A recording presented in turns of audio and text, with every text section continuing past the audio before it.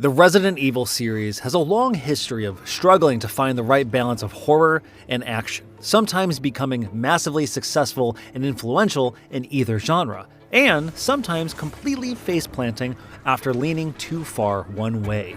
Resident Evil Requiem, the 9th mainline game in the series, sees Capcom dialing in the combination of those elements better than ever, though in a somewhat inelegant way. Rather than try to blend different elements of two different genres into a single experience, it just staples together two distinct experiences that each capture the best parts of Resident Evil, to the point where it is almost two separate games running in parallel. One game is a slow, frightening, gory haunted house story following an everyday person as its protagonist, and the other is a fast-paced, panic-inducing experience starring an action hero badass. Disparate as they may be, though, both halves are extremely compelling. Requiem feels like Resident Evil's developers, for the most part, recognizing what they do well and leaning all the way. The result is a game that's unwilling to leave the track set by its predecessors, but one that still provides an intense, often exciting ride. Hey! Help! The haunted house half of Requiem focuses on Grace Ashcroft, an every-woman FBI analyst that's not physically imposing, and so mostly has to rely on moving carefully and quietly to survive. Grace's portions draw directly from the classic Resident Evil formula. She finds herself kidnapped by a scary individual and trapped in a hospital that's also a secret research facility for viruses that churn people into zombies. You're forced to wander the place with limited weapons and ammo, searching for supplies to keep yourself alive and keys to open new areas, while the former staff and patients try to make a meal out of you.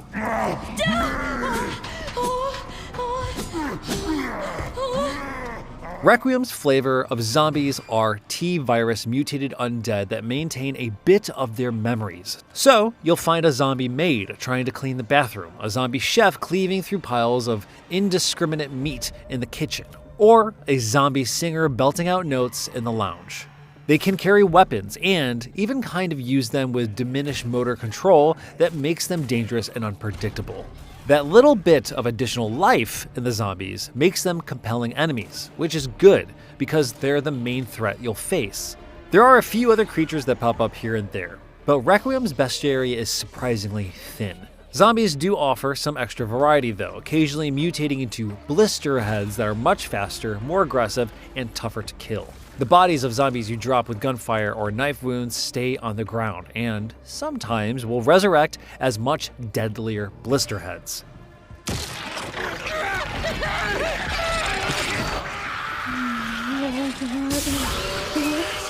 This adds quite a bit to the overall dread of playing as Grace, since you'll pass the bodies of zombies you've already defeated. Knowing that any zombie you kill could come back even worse adds another thing to worry about every time you pull the trigger, alongside the dwindling number of bullets in your pocket and the fear that more zombies will hear your gun and come shambling. The addition of blister heads isn't new. They're almost exactly like the Crimson Head variant of zombies from the 2002 remake of the original Resident Evil. And enemies that get worse and pop back up for a second round have been a mainstay in some form or another ever since. But it's still a damn good trick, and like a lot of other ideas in Requiem, it's honed to a fine edge, especially when it's paired with the game's crafting system. After a while in the hospital, Grace discovers the ability to craft items, including ammo for her guns, using infected blood. Once you have the means of gathering blood, you can draw it from the puddles and buckets of gore scattered throughout the game, turning previous horror set dressing into a gameplay mechanic. You can also extract it from some dead enemies, which is a great touch. Just as you start learning about the possibility of blister heads, you find a reason to get very close to corpses. The best thing you can craft with infected blood is the hemolytic injector, a one-use syringe that can destroy any zombie, causing it to literally explode in a shower of blood and guts. An injector can even be used on a zombie corpse to eliminate it before it can become a blister head. The infected blood crafting mechanic adds an interesting wrinkle to resource management, while also giving you all the more incentive to be calculating. But infected blood and the materials you need to craft useful items are limited.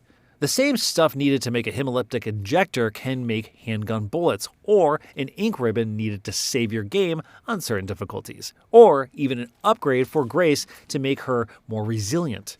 Every single item you make means there are several others you can't, and coupled with managing your limited inventory space, the crafting system heightens the anxiety inherent in trying to guess what tools you're going to need. Grace doesn't have the resources, the training, or the strength to fight everything she encounters, and that's especially true for a few enemies that stalk her through the hospital.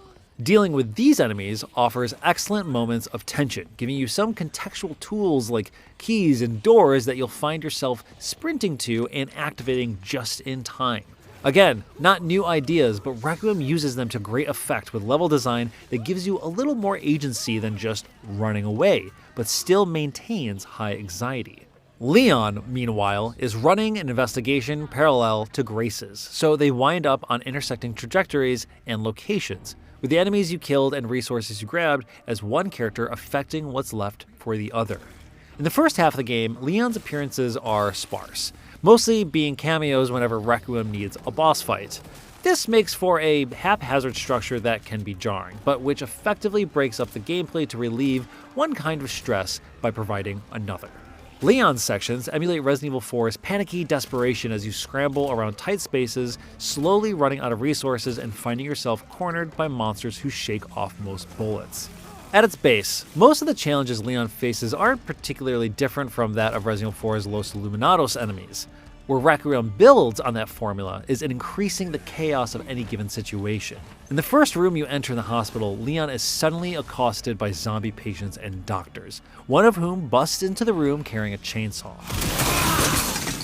Shoot that guy, and the chainsaw clatters to the ground, spinning around dangerously and threatening to slice your ankles, until another zombie grabs it and hails it into the air.